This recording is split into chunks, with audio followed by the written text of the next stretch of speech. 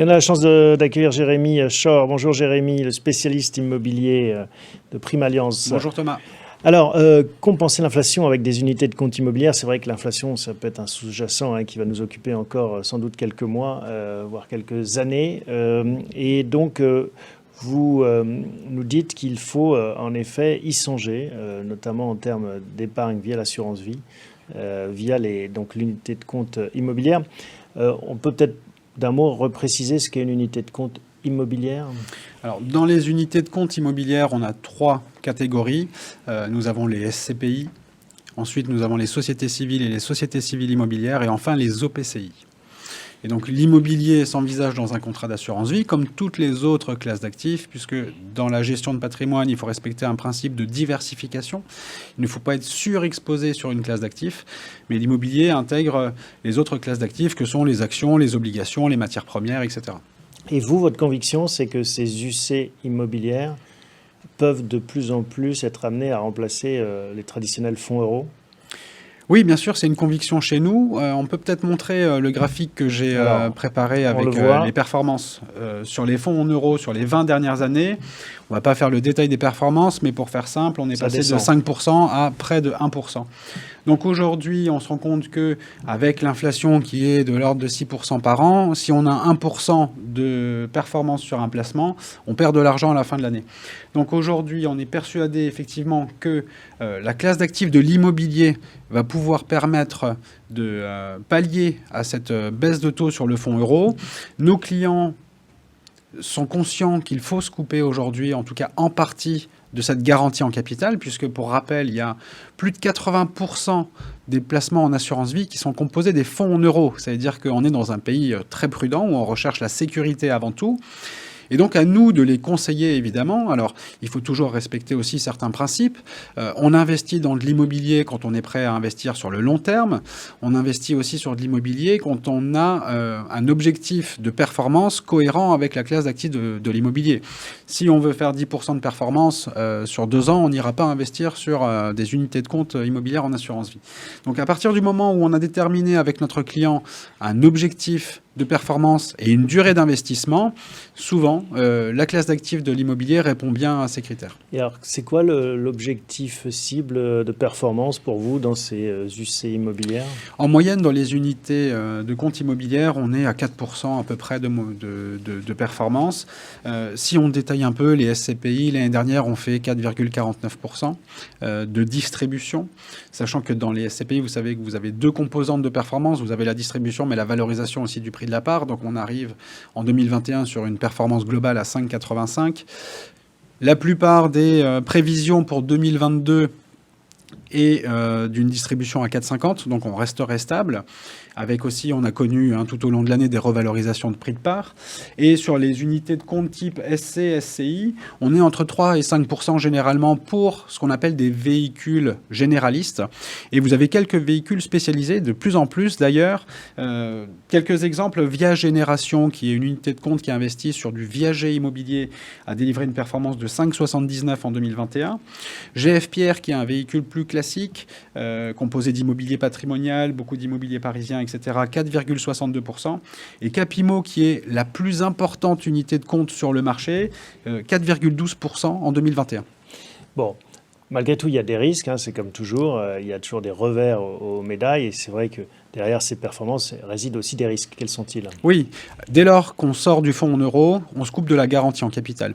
Là, on est sur des risques classiques de l'immobilier. Quels sont les risques de l'immobilier? C'est la valorisation. Quand on achète un appartement, la valeur n'est jamais garantie. Elle peut fluctuer à la hausse comme à la baisse. Mais ce qu'on sait, c'est que quand on regarde dans le rétroviseur, si on est investi sur des périodes assez longues, l'immobilier a plutôt tendance à se valoriser. Et l'autre risque, c'est sur les revenus, puisque les revenus, eux non plus, ne sont jamais garantis. Ce risque est quand même maîtrisé dès lors qu'on est dans un véhicule collectif, diversifié, où on est mutualisé sur des dizaines, voire des centaines d'immeubles avec plusieurs centaines de locataires. On l'a rappelé en introduction, enfin vous nous l'avez rappelé, les grandes catégories, la typologie de ces unités de compte immobilières. Qu'est-ce que vous recommandez en termes de ventilation, de composition d'un portefeuille type, on pourrait dire? Alors, le portefeuille type, encore une fois, il est diversifié. Donc, nous, on va s'adapter à chacun de nos clients et à la composition de son patrimoine actuel.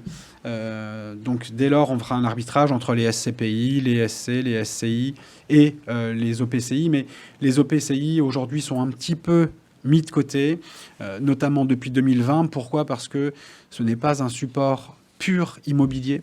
Dans les OPCI, on a 60% d'immobilier généralement et 40% actions, obligations, foncières cotées, etc. C'est la raison pour laquelle les OPCI ont connu des performances négatives, notamment en 2020, puisque même si c'est de l'immobilier, les foncières cotées, ça dépend quand même des valeurs boursières, et donc ça a fortement baissé. Donc aujourd'hui, on s'intéresse beaucoup plus aux SCPI et aux SC-SCI. C'est très clair. Alors, on va finir avec quelques questions d'internautes qui nous sont parvenus.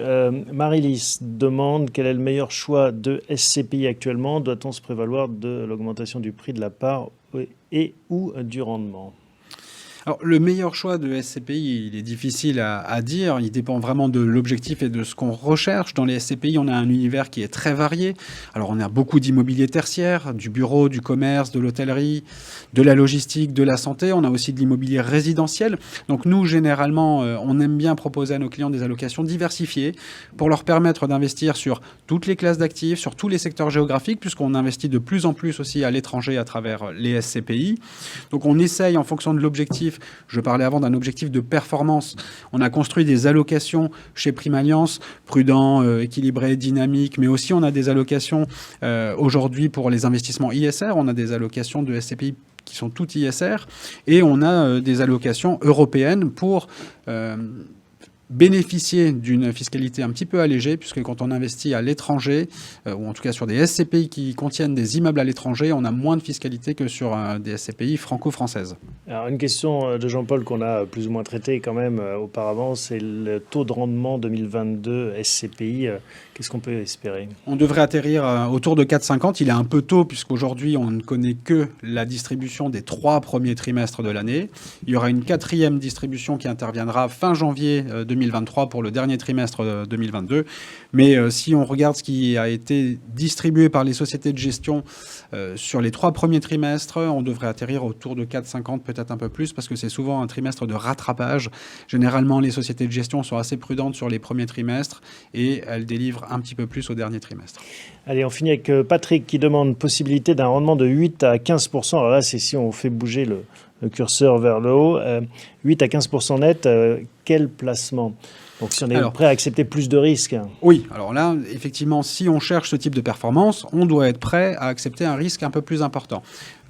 En tête, 2 idées me viennent assez rapidement. C'est le crowdfunding immobilier où on est souvent sur des performances entre 8 et 12%.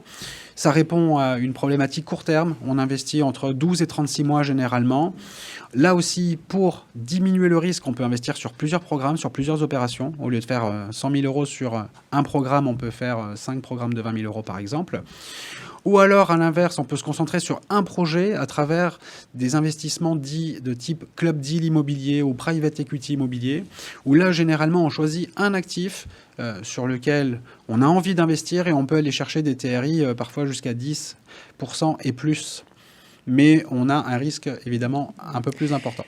Il n'y a pas de repas gratuit. There's no free lunch, comme disent nos amis anglo-saxons. Merci beaucoup, Jérémy. Avec plaisir. Pour toutes ces précisions. Merci à vous tous de votre fidélité. On se retrouve le mois prochain pour un nouvel épisode de Parlons Placement.